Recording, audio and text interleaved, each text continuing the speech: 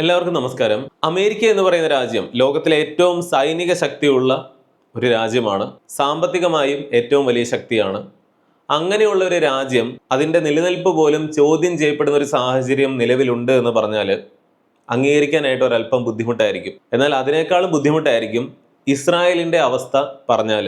ഇസ്രായേലിനെ ആർക്കും ഒന്നും തൊടാൻ കഴിയില്ല, കാരണം അമേരിക്കൻ പിന്തുണയുണ്ട് എന്ന് പറയുമ്പോഴും ഇസ്രായേൽ ഇല്ലാതാകാനുള്ള സാധ്യത ഏറ്റവും അധികം കൂടി വന്നിരിക്കുന്ന ഒരു സമയമാണിത്.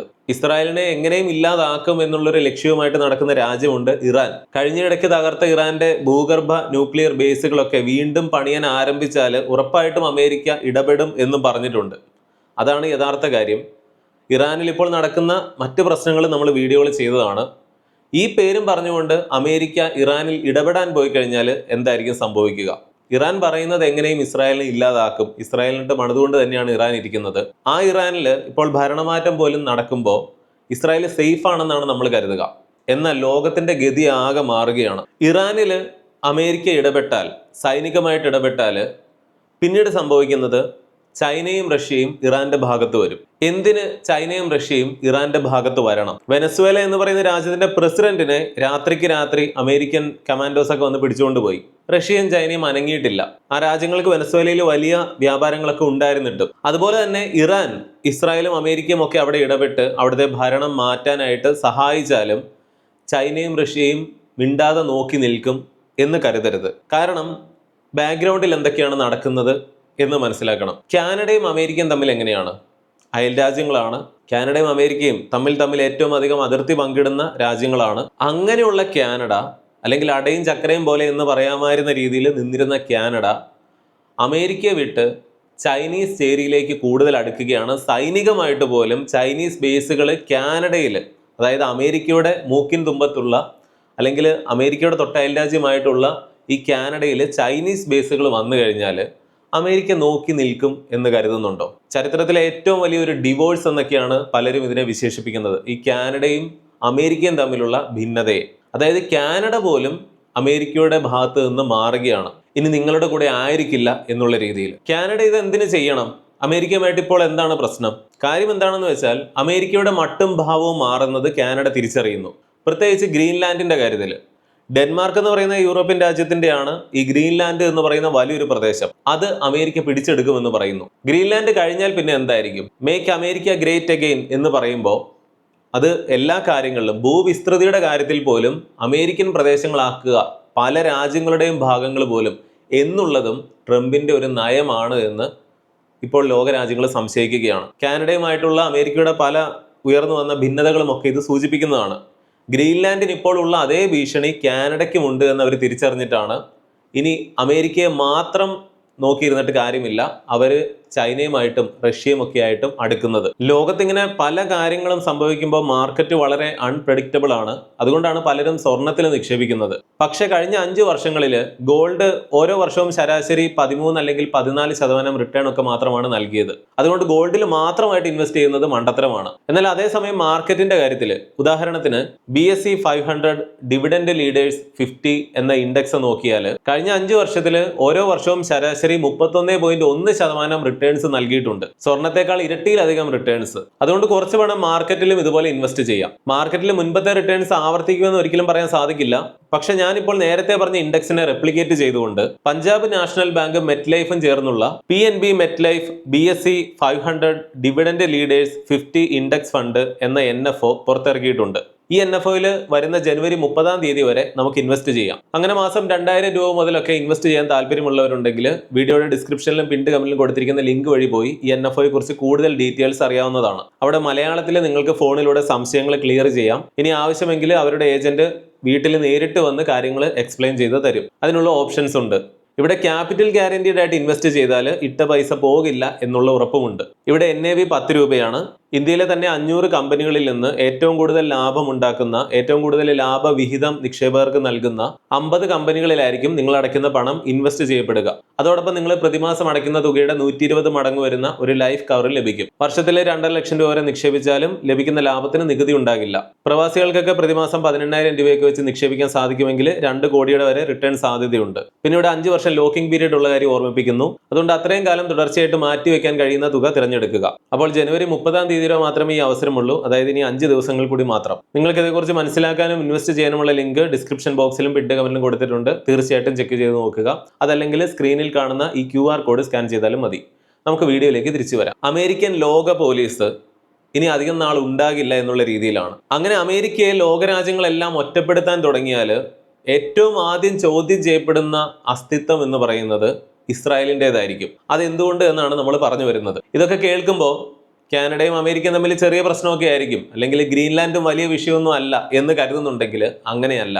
നാറ്റോ എന്ന് പറയുന്ന 32 രാജ്യങ്ങളുടെ സൈനിക സഖ്യം, നോർത്ത് അറ്റ്ലാന്റിക് ട്രീറ്റി ഓർഗനൈസേഷൻ, അതിൽ 32 രാജ്യങ്ങളുള്ളതിൽ 30 യൂറോപ്യൻ രാജ്യങ്ങളാണ്. 2 എണ്ണമാണ് ഈ നോർത്ത് അമേരിക്കയിലുള്ളത്, അമേരിക്കയും കാനഡയും. ഈ പറയുന്ന കാനഡയുടെ കാര്യം നമ്മൾ പറഞ്ഞു. നാറ്റോയിൽ ഭൂരിഭാഗം സൈനിക ശക്തിയുമുള്ളത് അമേരിക്ക എന്ന് പറയുന്ന ഒരു രാജ്യത്തിന് മാത്രമാണ്.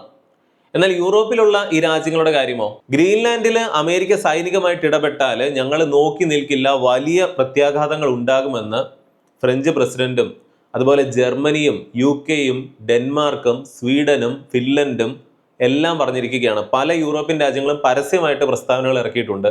ഇത് കൂടാതെ ഫ്രാൻസ് ഒക്കെ ആണവ മുങ്ങിക്കപ്പലുകൾ ഗ്രീൻലാൻഡിന്റെ ഭാഗത്തായിട്ട് വിന്യസിച്ചിരിക്കുകയാണ്. ജർമ്മനിയും സ്വീഡനും ഫിൻലൻഡും പല രാജ്യങ്ങളും ഗ്രീൻലാൻഡിലേക്ക് മിലിറ്ററി ട്രൂപ്പുകളെ നിലവിൽ തന്നെ അയച്ചിട്ടുണ്ട്.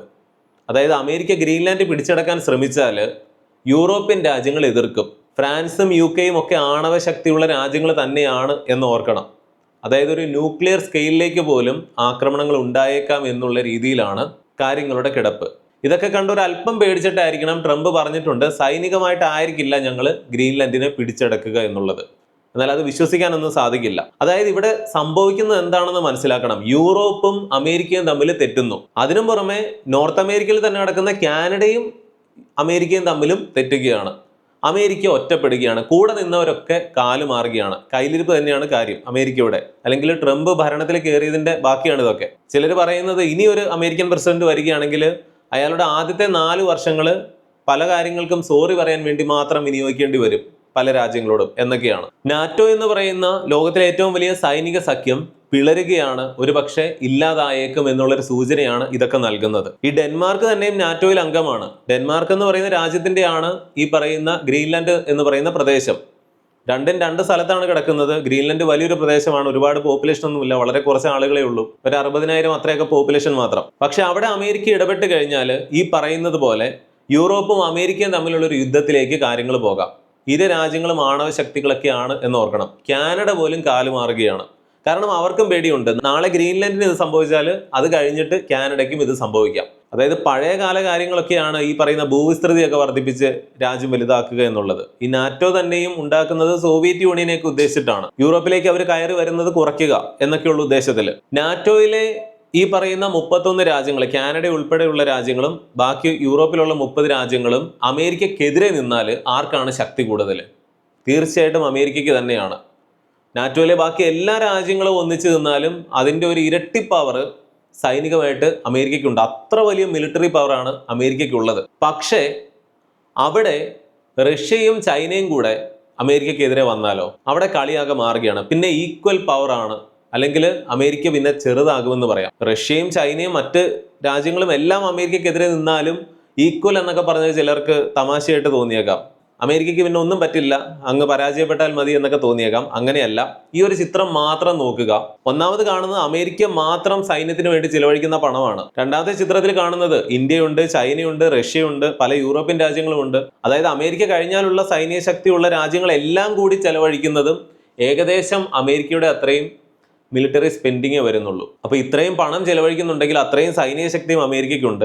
അമേരിക്ക എന്ന് പറഞ്ഞാൽ ഒരു നിസ്സാര സംഭവമല്ല എന്ന് മനസ്സിലാക്കണം. ലോകം മുഴുവൻ എതിരെ നിന്നാലും പരാജയപ്പെടുമായിരിക്കാം, പക്ഷേ ഹോൾഡ് ചെയ്ത് നിർത്താനുള്ള അത്രയും മിലിറ്ററി പവർ അമേരിക്ക എന്ന് പറയുന്ന ഒറ്റ രാജ്യത്തിനുണ്ട്. യുണൈറ്റഡ് സ്റ്റേറ്റ്സ് ഓഫ് അമേരിക്ക എന്നാണല്ലോ പറയുന്നത്. ഈ പറയുന്ന 19 സ്റ്റേറ്റുകൾ ഒരുമിച്ച് ചേർന്ന ഒരു രാജ്യം. അപ്പോൾ ഇവിടെയാണ് നമ്മൾ പറഞ്ഞത്, ഇറാനിൽ ഇപ്പോൾ അമേരിക്ക ഇടപെടുകയാണെങ്കിൽ ചൈനയും റഷ്യയും ഒക്കെ, അല്ലെങ്കിൽ പല കാര്യങ്ങളും കൊണ്ട് ഇതാണ് ലോകത്തിന്റെ അവസ്ഥ എന്നുള്ളത് കൊണ്ട് റഷ്യയും ചൈനയും ഇറാന്റെ ഭാഗത്ത് വരികയും പിന്നീട് ഒരു 3ാം ലോക മഹായുദ്ധത്തിലേക്കൊക്കെ പോവുകയും ചെയ്താൽ, നിലവിൽ ഗ്രീൻലാൻഡിൽ അമേരിക്ക ഇടപെടുമെന്ന് പറയുന്നു.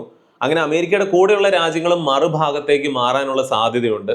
അമേരിക്കയും ഇസ്രായേലും ഒക്കെ ഒറ്റപ്പെടാനുള്ള സാധ്യതയുണ്ട്. കൂടെ ചിലപ്പോൾ നമ്മുടെ പാകിസ്ഥാനും ഉണ്ടാവും. അതായത് ഇറാൻ തകർന്നുകൊണ്ടിരിക്കുന്നു എന്ന് നമ്മൾ പറയുന്ന ഒരു സാഹചര്യത്തിൽ തന്നെ ഇറാന്റെ ഒക്കെ ഏറ്റവും വലിയ ലക്ഷ്യം നിറവേറ്റപ്പെടാനും സാധ്യതയുണ്ട് എന്ന് വേണം മനസ്സിലാക്കാനായിട്ട്. ഇങ്ങനെയാണ് കാര്യങ്ങൾ പോകുന്നതെങ്കിൽ ഇതൊരു സാധ്യതയാണ്, എന്നാൽ തള്ളിക്കളയാവുന്ന സാധ്യതയല്ല. നാറ്റോയിലെ പല രാജ്യങ്ങളും കാലുമാറിയാലും അമേരിക്കയ്ക്കൊപ്പം നിൽക്കേണ്ടി വരുന്ന ഒരു രാജ്യം ഇസ്രായേലാണ്. അങ്ങനെ ആകുമ്പോൾ ആദ്യത്തെ പ്രത്യാക്രമണത്തിലൊക്കെ തന്നെ ആദ്യം തീരുക ഇസ്രായേൽ ആയിരിക്കും എന്ന് പറയണം. കാരണം അവസരം നോക്കിയിരിക്കുകയാണ് മറ്റ് പല രാജ്യങ്ങളും. അതായത് ഇറാന്റെ ഒക്കെ ഭാഗത്ത് ഈ പറയുന്ന ചൈനയും റഷ്യയും ഒക്കെ വന്നാൽ ഇന്ന് അമേരിക്കൻ ചേരിയിലാണെന്ന് നമ്മൾ കരുതുന്ന പല അറബ് രാജ്യങ്ങൾ പോലും മറുഭാഗത്തേക്ക് മാറും. നമ്മൾ കഴിഞ്ഞ വീഡിയോയിൽ പറഞ്ഞ പോലെ ഇപ്പോൾ നിലവിൽ തന്നെ പാകിസ്ഥാൻ അല്ലെങ്കിൽ സൗദി അറേബ്യ, തുർക്കി ഈ രാജ്യങ്ങളുടെയൊക്കെ സൈന്യ സഖ്യങ്ങൾ വന്നിട്ടുണ്ട്, ഇസ്ലാമിക് നാറ്റോ എന്നൊക്കെ പറഞ്ഞിട്ട്. അങ്ങനെ എല്ലാവരും കൂടി ഈ പശ്ചിമേഷ്യയിൽ തന്നെ ഇസ്രായേലിന്റെ കാര്യം ആദ്യം തീരുമാനമാക്കാൻ സാധ്യതയുണ്ട്. പിന്നീടായിരിക്കും അമേരിക്കയെ പ്രധാനമായിട്ട് നേരിടുക. വേൾഡ് വാർ 1 ആണെങ്കിലും 2 ആണെങ്കിലും സംഭവിക്കുമ്പോൾ പെട്ടെന്നൊരു പ്രശ്നം ഉണ്ടാവുകയല്ല. നിലവിൽ നമ്മൾ ഈ കാണുന്ന പോലെ പല വിധത്തിലുള്ള പ്രശ്നങ്ങളും വന്നിട്ട് ഒരു യുദ്ധം ഏത് സമയം പൊട്ടിപ്പുറപ്പെടാം എന്നുള്ളൊരു അവസ്ഥയിൽ നിൽക്കുമ്പോഴാണ് ഏതെങ്കിലും ഒരു രാജ്യത്തിന്റെ കയ്യിൽ നിന്ന് പോവുകയും പിന്നീട് അതൊരു യുദ്ധമായിട്ട് മാറുകയും. ഏകദേശം അങ്ങനെയൊക്കെയുള്ള ഒരു ബാലൻസ് നഷ്ടപ്പെട്ട രീതിയിലാണ് ഇന്ന് ഈ ലോകക്രമം നിൽക്കുന്നത്. കാനഡയുടെ പ്രൈം മിനിസ്റ്റർ ഈ ചൈനയിൽ അവരുടെ കൂടെ നിൽക്കുന്നതിന്റെ ഭാഗമായിട്ട് പറഞ്ഞത് ഇതൊരു ന്യൂ വേൾഡ് ഓർഡർ തന്നെയാണ് എന്നാണ്. ആ വീഡിയോകളൊക്കെ നിങ്ങൾക്ക് കാണാം. ലോകക്രമം മാറുകയാണെന്ന്. പഴയ കാലത്തുള്ളത് പോലെയുള്ള ഒരു യുദ്ധരീതി ഒന്നും ആയിരിക്കില്ല. ഇപ്പോൾ വെനസ്വേലയിൽ തന്നെ വെനസ്വേലിയൻ പ്രസിഡന്റിനെ അമേരിക്ക പിടിച്ചത് എങ്ങനെയാണ്? അവിടെയുള്ള സൈനികരൊക്കെ ഒറ്റയടിക്ക് കുഴഞ്ഞു വീഴുകയാണ്, രക്തം ഛർദ്ദിച്ചും തലകറങ്ങി വീഴുമൊക്കെ ചെയ്യുകയാണ്. കാരണം റേഡിയേഷൻസ്, സൗണ്ട് വേവ്സ് ഒക്കെ വെച്ചിട്ട് അങ്ങനെയൊക്കെയുള്ള പല ആക്രമണ രീതികളും. ഇപ്പോൾ റഷ്യയുടെ S-300, 400 അല്ല, ആ യൂണിറ്റുകൾക്ക് പോലും ഒന്നും അറിയാൻ പറ്റിയില്ല അമേരിക്കയുടെ ഇത്രയും ഹെലികോപ്റ്ററുകൾ വന്നിട്ടും ഒക്കെ. അതായത് ഇനിയൊരു യുദ്ധം ഉണ്ടായാൽ എന്തായിരിക്കും സംഭവിക്കുക? നമ്മൾ വിചാരിച്ചു വെച്ചിരിക്കുന്ന പോലെ ഒന്നും ആയിരിക്കില്ല, പരമ്പരാഗത രീതിയിലുള്ളതായിരിക്കില്ല. ഡ്രോൺ ടെക്നോളജി, അതുപോലെ ആർട്ടിഫിഷ്യൽ ഇന്റലിജൻസും ഒക്കെ വെച്ചിട്ടുള്ള, നമുക്കറിയില്ല എന്തൊക്കെയാണ് അണിയറയിൽ ഉണ്ടാക്കി വെച്ചിരിക്കുന്നത്, ഏത് രീതിയിലാണ് കാര്യങ്ങൾ പോവുക എന്നൊക്കെ. നിലവിലൊരു യുദ്ധം പൊട്ടിപ്പുറപ്പെട്ടാൽ ആദ്യം മിസൈലുകൾ പോകുന്നത് ആകാശത്തേക്കായിരിക്കും എന്നാണ് പറയുക. കാരണം സാറ്റലൈറ്റുകൾ തകർക്കാനായിട്ട്, അല്ലാതെ പരസ്പരം കരയിലേക്ക് ഒന്നും ആയിരിക്കില്ല. ഇതുപോലെയാണ് പല കാര്യങ്ങളും. അമേരിക്ക ഈ രംഗത്ത് എത്രമാത്രം അഡ്വാൻസ്ഡ് ആണോ അതുപോലെ തന്നെ അഡ്വാൻസ്ഡ് ആണ് ചൈനീസ് മിലിറ്ററിയും. ഏറ്റവും വലിയ സൈന്യ ശക്തി അമേരിക്കയാണ്, എന്നാൽ ഏകദേശം അതുപോലെ തന്നെ ചൈനീസ് മിലിറ്ററിയും കാണണം. നമ്മളെപ്പോഴും റഷ്യ എന്ന് പറയുന്നത്, റഷ്യക്ക് ഏറ്റവും അധികം ന്യൂക്ലിയർ ആയുധങ്ങൾ, ICBMകളൊക്കെ ഉണ്ട് എന്ന് മാത്രമേ ഉള്ളൂ. അതൊരു പരിധിയിൽ കൂടുതൽ ഉണ്ടായിട്ടൊന്നും കാര്യമില്ല. ഈ കോൾഡ് വാറിന്റെ സമയത്താണ് സോവിയറ്റ് യൂണിയനും അമേരിക്കയും ഒക്കെ ഇങ്ങനെ ഒരുപാട് എണ്ണം ഉണ്ടാക്കി വെച്ചത്. അവർക്ക് രണ്ടുപേർക്കും ഒരു 5000 വെച്ചൊക്കെ ഉണ്ട് ഈ ന്യൂക്ലിയർ ആയുധങ്ങൾ. ചൈനയ്ക്കൊക്കെ ഒരു 250-300 കാണും, ഇന്ത്യക്ക് ഒരു 100 എണ്ണം ഉണ്ടാവും. ഇങ്ങനെയാണ്. പക്ഷേ ഇത് ധാരാളം മതി ഏതൊരു രാജ്യത്തിനും. അതായത് റഷ്യക്ക് ഒരുപാട് ന്യൂക്ലിയർ ആയുധങ്ങൾ ഉണ്ട് എന്ന് കരുതിയിട്ട് ചൈനയെക്കാളും വലിയ സൈന്യശക്തി അല്ല റഷ്യ യഥാർത്ഥത്തിൽ. എന്നാൽ റഷ്യയും ചൈനയും ഒരുമിച്ച് നിന്നാൽ അതൊരു പകരം വെക്കാനില്ലാത്ത സൈനിക സഖ്യവുമായിരിക്കും. അതിൻ്റെ കൂട്ടത്തിൽ ഈ പറയുന്ന പോലെ നാറ്റോയിലെ രാജ്യങ്ങളും ഒക്കെ കാലുമാറിയാൽ, അമേരിക്ക ഒറ്റപ്പെട്ടാൽ, പിന്നീട് ലോകം നമ്മൾ തീരെ പ്രതീക്ഷിക്കാത്ത രീതിയിൽ ആദ്യം ഇല്ലാതാവുന്നത് അല്ലെങ്കിൽ പരാജയപ്പെടുന്നത് ഈ പറയുന്ന അമേരിക്ക തന്നെയായിരിക്കും. ഒരുപക്ഷെ അതിൻ്റെ അനിവാര്യമായൊരു തകർച്ചയിലേക്കൊക്കെ കാര്യങ്ങൾ പോകാം. അതോടൊപ്പം ഇസ്രായേലിന്റെ കാര്യവും. അപ്പോൾ ഇസ്രായേലിനെ ആർക്കും ഒന്നും തൊടാൻ പറ്റില്ല, ഇസ്രായേൽ അങ്ങനെ നിലനിൽക്കും എന്നൊക്കെ പറയുമ്പോഴും, അല്ലെങ്കിൽ അമേരിക്ക എന്ന് പറയുന്ന രാജ്യത്തെ ഒന്നും ചെയ്യാനായിട്ട് ആർക്കും സാധിക്കില്ല എന്നൊക്കെ പറയുമ്പോഴും, ഇന്ന് ലോകക്രമം എങ്ങനെയൊക്കെയാണ് മാറുന്നത് എന്നുള്ളത് ചിന്തിച്ചു പോയാൽ നല്ല രസകരമായ രീതിയിലാണ്. മോശമായിട്ടുള്ള ഒന്നും സംഭവിക്കാതിരിക്കട്ടെ. എങ്കിലും ഇപ്പോഴത്തെ ഒരു ജിയോ പൊളിറ്റിക്സ് എന്ന് പറഞ്ഞാൽ ആരോ എന്തൊക്കെയോ എഴുതി വയ്ക്കുന്ന ഒരു നാടകം പോലെയാണ് നമുക്ക് തോന്നുക. പിന്നെ ഇതിനെല്ലാം ഇടയിൽ ആരും ശ്രദ്ധിക്കാത്തൊരു കാര്യമായിട്ട്, ഒരു കോമഡി ആയിട്ട് ഈ മാധ്യമങ്ങളിലൊക്കെ വരുന്നതാണ്, ഈ നോർത്ത് കൊറിയയുടെ കിം ജോങ് ഉന്ന് വലിയ ദുഃഖത്തിലാണ്. കാരണം ഒരു വേൾഡ് വാർ 3യുടെയൊക്കെ വലിയ സാധ്യതകളൊക്കെ എല്ലായിടത്തും കാണുന്നു. പക്ഷെ തന്നെ ആരും കളിക്കാൻ കൂട്ടുന്നില്ല, തന്നെക്കുറിച്ച് ആരും ഒന്നും പറയുന്ന പോലുമില്ല. ഞാൻ ഇത്രയും കഷ്ടപ്പെട്ട് ഇതൊക്കെ ചെയ്തു വെച്ചിട്ട്, അതായത് കിം അണ്ണനെ അവഗണിക്കുന്നു എന്നൊക്കെയുള്ള രീതിയിൽ ഇതൊരു വലിയ ട്രോളായിട്ട് സമൂഹ മാധ്യമങ്ങളിലൊക്കെ വരുന്നുണ്ട്. പക്ഷെ ഇത് പഴയ കാലമല്ല. ഇന്ന് ഒരു രാജ്യത്തിന് മറ്റൊരു രാജ്യത്തെ ആക്രമിച്ചുകൊണ്ടത് നിലനിൽപ്പില്ല എന്നൊക്കെ പറഞ്ഞു കഴിഞ്ഞാൽ ഇതേ കാര്യങ്ങൾ അമേരിക്കയ്ക്കും ചൈനയ്ക്കും ബാധകമാണ്. അതായത് അമേരിക്കയിൽ ഇന്റർനെറ്റ് സർവീസുകളെല്ലാം ഒരാഴ്ച നിർത്തിയാൽ അമേരിക്കക്കാർ മാത്രമല്ല ലോകം മുഴുവൻ ഒരു തരത്തിൽ ഇരുട്ടിലാകുമെന്ന് പറയുന്ന രീതിയിലാണ്. കാരണം നമ്മൾ നിസ്സാരം ചിന്തിക്കുന്ന പോലെ വാട്സപ്പോ ഫേസ്ബുക്കോ യൂട്യൂബോ ഒന്നും ഉണ്ടാവില്ല എന്നുള്ളത് മാത്രമല്ല, ഈ പറയുന്ന മെഡിക്കൽ ഡേറ്റകൾ അല്ലെങ്കിൽ നമ്മുടെ ഗവൺമെന്റ് ഡോക്യുമെന്റ്സ്, അതായത് അമേരിക്കയുടെ മാത്രമല്ല ലോകരാജ്യങ്ങളുടെ പലതിൻ്റെയും ഒക്കെ സൂക്ഷിക്കുകയും കൈകാര്യം ചെയ്യുന്നതുമൊക്കെ അമേരിക്കൻ ടെക് കമ്പനികളുടെ സെർവറുകളിലും അല്ലെങ്കിൽ ഡേറ്റാ ബേസുകളിലും ഒക്കെയാണ്. ഇന്ത്യയുടേതായ ഡേറ്റാബേസുകളിലൊക്കെ ഉണ്ട് എന്നൊക്കെ പറഞ്ഞാലും ലോകം സ്തംഭിച്ചു പോകുമെന്നുള്ളതാണ്. ഇതൊരു സോഫ്റ്റ്വെയറിന്റെ കാര്യം മാത്രമാണ്.